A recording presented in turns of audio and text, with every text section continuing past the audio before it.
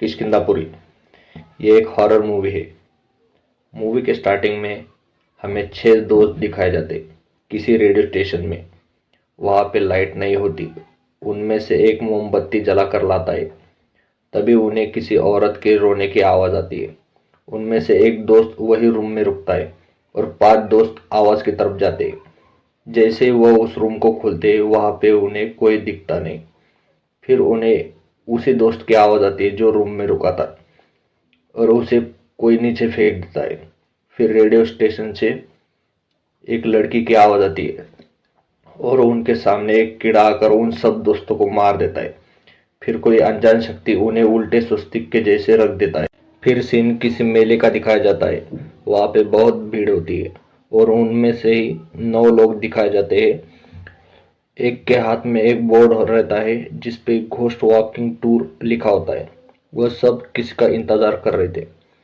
फिर मैथ्यू आकर भगवान को हाथ जोड़ती है और उनको प्रणाम करती है। तभी बच्चा हाथ में गुलेर लेकर गुब्बारे पे निशान लगाता है और गुब्बारे की तरफ गुलेर से पत्थर फेंक देता है। उसके पीछे एक बड़ी बंदर और उसका छोटा बेटा होता है। फिर गुब्बारे की आवाज़ सुनकर वह उस बच्चे के पीछे लग जाती है। ये देखकर एक बूढ़ी औरत जो पानी पी रही होती है वो हाथ में का लोटा बंदरिया की तरफ फेंक देती है। ये देखकर वहाँ बहुत बंदर आने लगते हैं और मेले में अफरा तफर करते हैं। लोग उन्हें पत्थर से मारते हैं। तभी एक पत्थर ट्रांसफार्मर को लगता है और बिजली चली जाती है। तभी राघव की एंट्री होती है। वो सब बंदर को कैसे तैसे वहाँ से हटा देता है। फिर उसके पीछे बंदरिया लगती है। बंदरिया उसके तरफ जंप करती है। राघव खुद को बचा लेता है और बंदरिया गिर जाती है और उसका बच्चा हवन के पास गिरता है और उसके गिरने की वजह से तेल अग्निकुंड में गिरता है और वहाँ पे आग लगती है। सब कुछ जलने लगता है। यह देखकर राघव वहां जाकर उस छोटे बंदर को बचाकर उसके माँ के हवाले कर देता है। तभी एक पुजारी उसके पास आकर श्री राम जी का कड़ा उसे पहना देता है। वो उन 9 लोगों को लेकर एक भूतिया हवेली जाता है। उन 9 लोगों में 2 उसके दोस्त रहते हैं। एक का नाम मैथिली और दूसरे का नाम सुमित रहता है। ये तीनों फ्रॉड रहते हैं। जैसे ही सब गाड़ी से उतरते वैसे ही उतरते ही सुमित बोलता है, मैं यहाँ पे कुछ महसूस कर पा रहा हूँ। राघव महल से बाहर आकर उस हवेली की डींगे मारने लगता है और वो बोलता है इस हवेली का नाम है बोले निर्बंध निवास। उनमें से एक बोलता है यहाँ पर तो लिखा है सुनंदा निवास। घोस्ट टूर वाले अंदर जाते तब उन्हें एक चुड़ैल दिखती। फिर राघव बोलता है कि वो मर चुकी है। फिर फेक स्टोरी बनाता है और उनको डराता है। सब घबराते और राघव सबको लेकर वहां से चला जाता है। फिर सीन मोक्षा का दिखाया जाता है कि जो बैटिंग कर रही होती है। मोक्षा जोर से बॉल को मारती है और मैथ्यू के घर का कांच तोड़ देती है। फिर राघव के बोलने पर मैथ्यू मोक्षा को बॉल वापस देती है। सीन कट होके घोस्ट वॉकिंग टूर ऑफिस का दिखाया जाता है जहाँ पे टूर करने के लिए 7 लोग आए हुए होते हैं और उनमें से एक छोटी बच्ची मोक्षा भी होती है। तब वहाँ का मैनेजर उसे पूछता है कि तुम कैसे जा रही हो। मोक्षा बोलती है मैं रॉक पेपर सीजर जीत के आई हूँ। तो राघव बोलता है कि मैंने उससे शर्त लगाई थी कि मैं जीता तो मोक्षा स्कूल रोज जाएगी, पर ये शर्त मोक्षा जीत गई। मैनेजर सब लोगों को बोलता है आपके थ्रिल को डबल और एक्सपीरियंस को ट्रिपल करने के लिए आप खुद जगह चूज कर सकते हैं। ये सुन के राघव और मैथ्यू एक दूसरे की तरफ देखते हैं। फिर एक कांच का बाउल होता है जिसमें पूरे शहर के 100 प्लेस का नाम होता है। बिहारी जो पिछली बार भी आया था वो एक चिट्ठी निकालता है। उस पे नाम लिखा होता है सुवर्ण माया रेडियो स्टेशन। वही रेडियो स्टेशन जहाँ पे 6 लोगों की मौत हुई थी। राघव मैथ्यू और सुमित मिलकर सबको वहां ले जाने लगते हैं। तभी मैथ्यू उसे बोलते हैं कि बिना प्लान के वहां करेंगे क्या। फिर राघव बोलता है कि मैनेज कर लेंगे। रेडियो स्टेशन उतरते ही राघव सबको टॉर्च लाइट देता है और दरवाजा खोलने जाता है। वहां देखता है कि दरवाजे को बड़ी लोहे की चेन से बांधा होता है और वहां पे बड़ा त्रिशूल भी रखा होता है। फिर राघव उस त्रिशूल से दरवाजा तोड़ देता है। तोड़ते ही 2 आदमी एक साथ अंदर जाते हैं। फिर एक बिहारी, फिर एक कपल और एक लड़की। फिर लास्ट में मैथ्यू और राघव को दिखाया जाता है। फिर अंदर जाकर एक दरवाजा खोलते ही जहाँ से बहुत सारे चमगादड़ निकलते। अंदर जाकर राघव एक फेक स्टोरी सुनाने लगता है। स्टोरी खत्म होते ही बिहारी बोलता है कि यहाँ कोई भूत वगैरह कुछ नहीं है। फिर मैथ्यू बोलती है रेडियो स्टेशन में भूत होगा तो रेडियो में ही होगा। फिर सबके बोलने पर राघव रेडियो ऑन करने जाता है पर वो ऑन होता नहीं। तो जाते टाइम राघव उसको लात मारता है। जैसे राघव उस रेडियो स्टेशन में अंदर लात मारता है तो ट्रैक की तरफ, रेल की ट्रैक की तरफ धुआं फैलने लगता है। तभी रेडियो स्टेशन में लाइट आती है और रेडियो से एक डरावनी औरत की आवाज़ निकलती है और बोलती है, आज की तारीख है 9 अगस्त 1979। फिर रेडियो स्टेशन की चीज़ें गिरने लगती है और कांच भी फूटने लगती है। डर के मारे सभी बाहर निकल जाते हैं और देखते ही उनकी गाड़ी जल रही है और बाहर रेडियो स्टेशन से आवाज़ आती है, सुवर्ण माया में आने के लिए शुक्रिया, तुम सबको स्वर्ग पहुंचाने का कार्यक्रम शुरू होता है। कि टपरी का सीन दिखाया जाता है, वहाँ गैरेज भी होता है। तीनों वहाँ आ जाते हैं। टपरी से बच्चा ऑर्डर लेता है और टपरी की तरफ जाने लगता है। मैथ्यू बोलती है, स्वर्ण माया में सचमुच भूत है। तभी ये सुनकर बच्चा उनकी तरफ आने लगता है और उनकी गाड़ी क्रेन से उठाई जा रही थी, वो तभी गिरती है। टपरी वाला बच्चा उन्हें बोलता है कि वहाँ पे जो भी गया वो जिंदा नहीं बच पाया, ऐसा उसकी माँ ने उसे कहा था। तभी राघव बोलता है कि वहाँ अगर सच में भूत होगा तो वो अपना काम करेगा और हम हमारा। सीन दिखाया जाता है जहाँ पे दो लोग मालगाड़ी को लेकर जंगल के ट्रैक से जा रहे होते हैं। तभी जंगल में लाल सिग्नल दिखाई पड़ता है, वहाँ पे वो दोनों गाड़ी को रोक देते हैं। उनमें से एक आदमी सोने जाता है और दूसरा जागता रहता है। तभी एक बूढ़ी औरत खिड़की के अंदर हाथ डालती है और बोलती है, मुझे खाना चाहिए, मैंने एक हफ्ते से कुछ नहीं खाया। तो वो उस बूढ़ी औरत को टिफिन देने लगता है और टिफिन पे जो चम्मच रखा होता है वो नीचे गिरता है और नीचे गिरने की वजह से वो दूसरा आदमी जागता है। तभी उसके हाथ से टिफिन छीन लेता है और बोलता है कि कौन से नॉर्मल इंसान का हाथ इंजन लेवल तक पहुंचता है। तभी इंजन में लगा रेडियो स्टार्ट होता है और उन दोनों का नाम लेता है। ये सुनकर दोनों वहां से इंजन स्टार्ट करते निकलते हैं। फिर सुबह राघव और मैथ्यू को दिखाया जाता है। तभी उनके यहाँ मोक्षा आती है। राघव उसे नाश्ता और कैडबरी देता है। तभी मोक्षा उस कैडबरी को पुराने पर्स में रखती है। तब राघव उसे पूछता है कि यह पर्स उसने कहाँ से मिला। मोक्षा बोलती है कि रेडियो स्टेशन में मिला।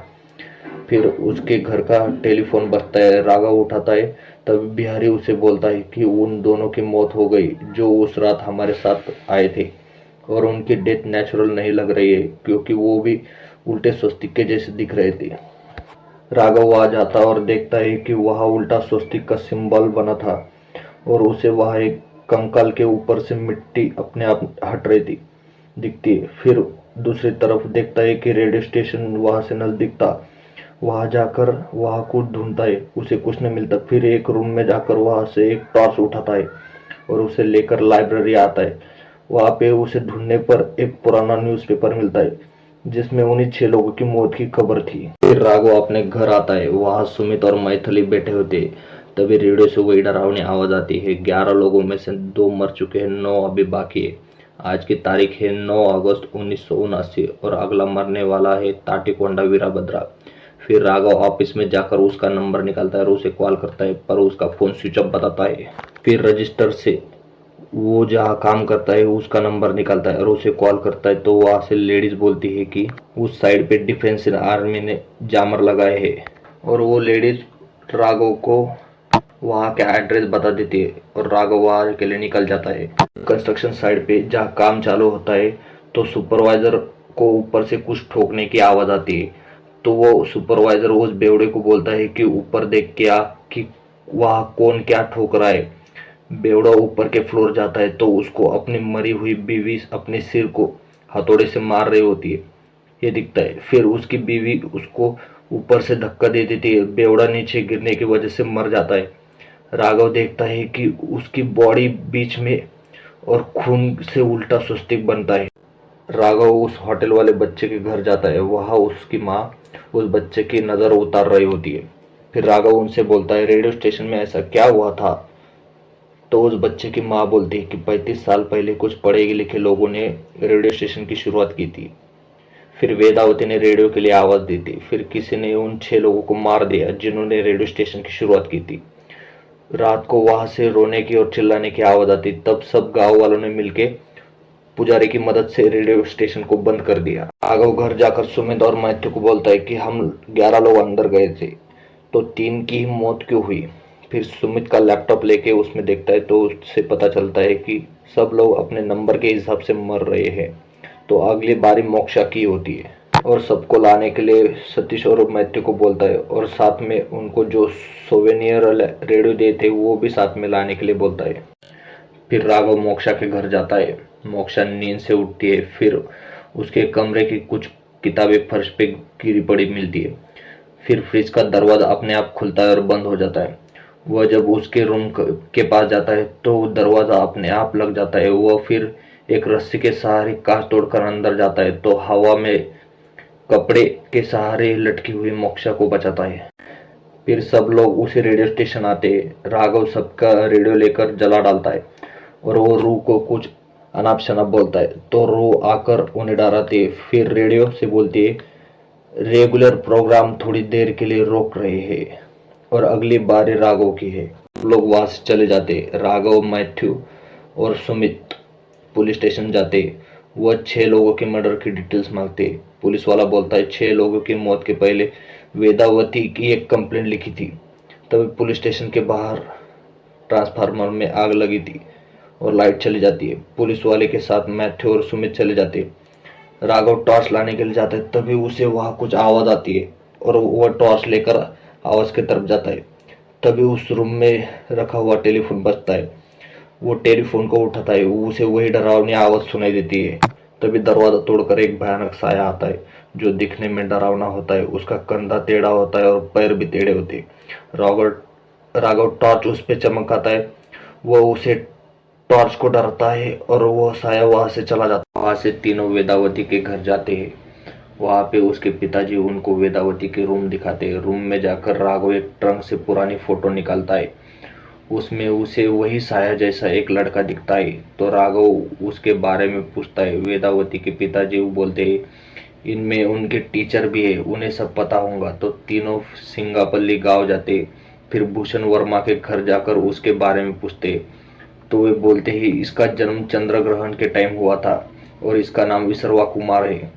लोगों ने उस बच्चे को देखा तो उसे ग्रहण का श्राप लगा है, ऐसा बोला।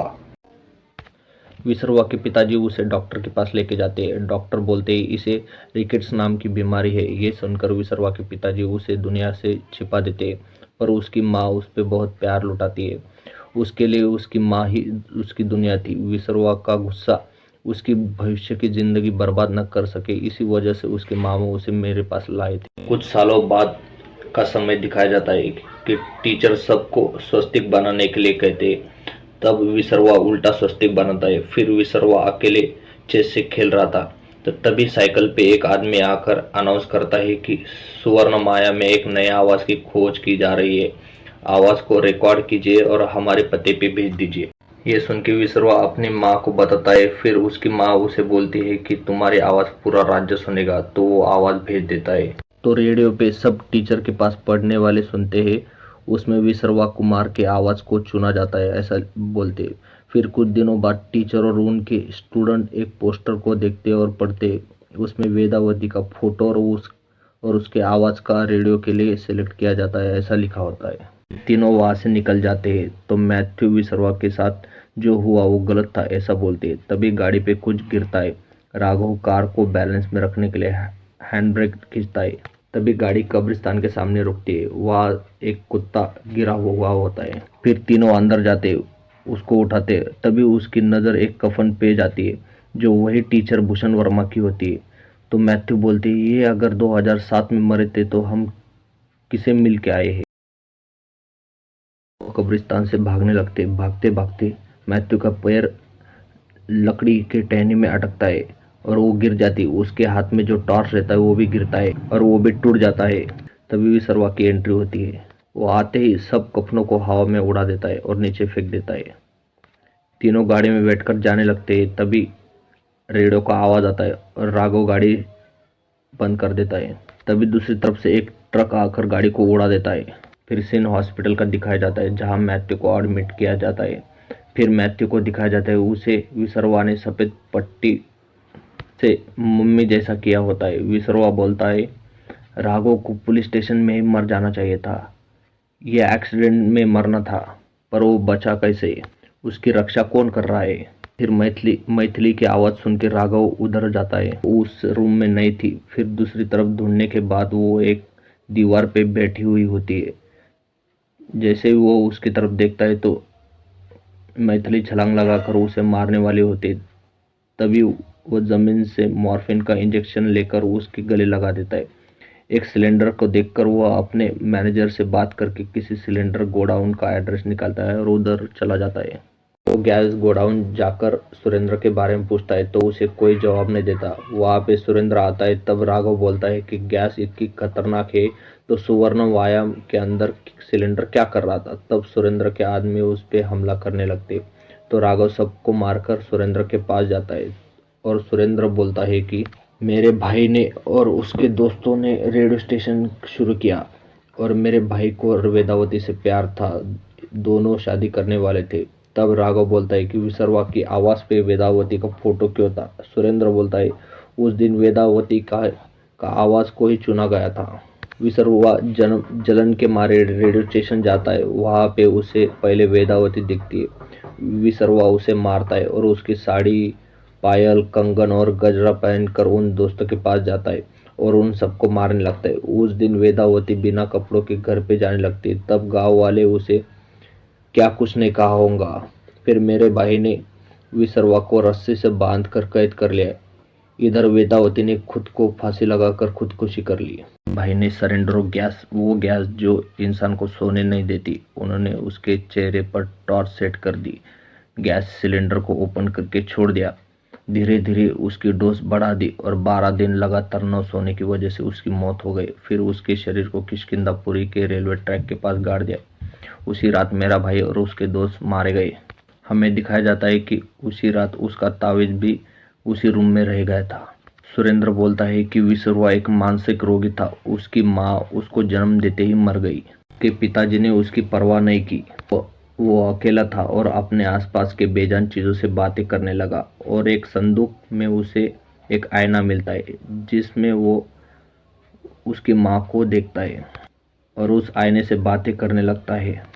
वो आईना को ही अपनी माँ समझता है। एक दिन उसके पिताजी देखते हैं कि विसर्वा पैसे आईने को दे रहा था। वो आईना फेंक देते हैं तो विसर्वा अपने बाप को धक्का देकर गिराता है और किसी नुकीले हथियार से उन्हें मार डालता है। फिर सुरेंद्र बोलता है कि जिन्होंने रेलवे स्टेशन के दरवाजे बंद किए थे वो अगस्त आश्रम में मिलेंगे। फिर सुरेंद्र और राघव उनके पास जाते। वो स्वामी जी राघव के हाथ पे हाथ रख के सब पता कर लेते। स्वामी जी बोलते हैं कि तुमने उसका आईना को चकनाचूर किया, उसकी नज़रों में तुम सबने मिलके उसको माँ को मार डाला। इसी वजह से वो तुम सबको एक एक करके मार रहा है, तो उसको कैसे रोके। स्वामी जी बोलते इसे रोकने के लिए त्रैविद्या, जो इच्छा शक्ति, क्रिया शक्ति, ज्ञान शक्ति, इन तीनों चीज़ों का इस्तेमाल करके उसे ख़त्म किया जा सकता है। इन रेडियो स्टेशन का दिखाया जाता है जहाँ मैथ्यू को पानी में रखा होता है। उसके शरीर में विसर्वा की आत्मा होती है। राघव उन तीनों शक्ति ढूंढने जाता है। एक शक्ति उसे उसके घर पे मिलती है जो चेस बोर्ड होता है, उसकी ज्ञान शक्ति। दूसरी फिर उसको रेडियो स्टेशन के बाहर रेडियो टावर पे रखा हुआ रेडियो होता है जो उसकी इच्छा शक्ति होती है। राघव उसे निकालने जाता है तो पूरा टावर उन तीनों के शरीर पे गिरता है। तब राघव खुद को बचा लेता है और दूसरी शक्ति को स्वामी जी के पास देता है। तीसरा हिस्सा उसे नहीं मिलता। फिर मैथिली सभी पंडितों को और बड़ी पंडितों को मारने लगती है और दूर फेंक देती है। फिर राघव को मारने हाथ बढ़ाती है तो राघव अपना हाथ आगे करता है तो मैथिली यानी विसर्वा को झटका लगता है। विसर्वा का तभी पता चलता है कि इस वजह से ये अब तक बच रहा है। राघव वही कड़ा मैथिली को पहना देता है। आत्मा राघव के अंदर घुसती है और राघव दूसरी किसी दुनिया में दिखाया जाता है। तभी उसे अपना बचपना याद आता है कि राघव जब स्कूल जा रहा था तब उसने स्कूटर का स्पीड बढ़ाया। इस वजह से स्कूटर ट्रक से भिड़ जाती है और उसके पिताजी की मृत्यु हो जाती है। तब उसके सामने विसर्वा राघव का रूप लेकर आता है और बोलता है तुमने भी अपने पिताजी को मार डाला और मैंने भी। विसर्वा उस पर हमला करता है तो इधर राघव रियल वर्ल्ड में खुद को जख्मी कर रहा था। फिर मैथिली आकर उसे रोकती है और राघव विसर्वा से फाइट करने लगता है। राघव एक मुक्का विसर्वा के गले पे मारता है तो विसर्वा गायब हो जाता है और राघव के हाथ उसका तावीज लगता है। ये तीसरी शक्ति होती है। रियल वर्ल्ड में राघव मैथिली को बोलता है तीसरा हिस्सा तावीज है और मैथिली तावीज लेकर आती है। इधर राघव खुद को चोट पहुंचाने लगता है। फिर स्वामी जी उसे मंत्रों से राघव को बांध देते। फिर एक स्वामी उस तावीज को और बाकी वस्तुओं को भी अग्निकुंड में डाल देते, फिर जिससे रोशनी का एक सिंबल बनता है और राघव के अंदर को विसर्वा को निकाल देता है। इस तरह से विसर्वा का अंत हो जाता है।